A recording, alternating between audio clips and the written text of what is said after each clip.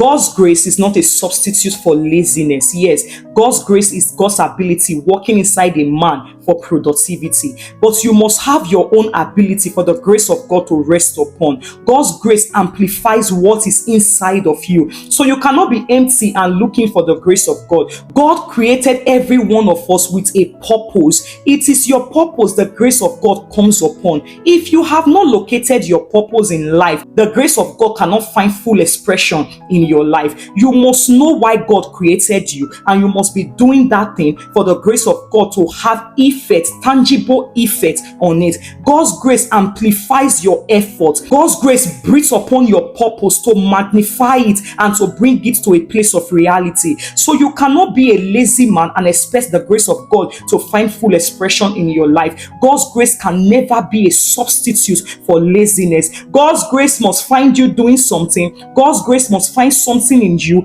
for it to have its full expression. So the first thing you have to ask yourself, why did God create me? Why am I on this earth? Because it is when you know and you start working in it that God's grace will find full expression in your life. And that is the only time you will be able to live and operate with the abilities of God on this earth. You must know your purpose for God's grace to find full expression. And God's grace is never a substitute for laziness. Find something doing for the grace of God to breathe upon. Thank you so much for watching again today. See you tomorrow as we continue on this topic, the grace of God. God bless you.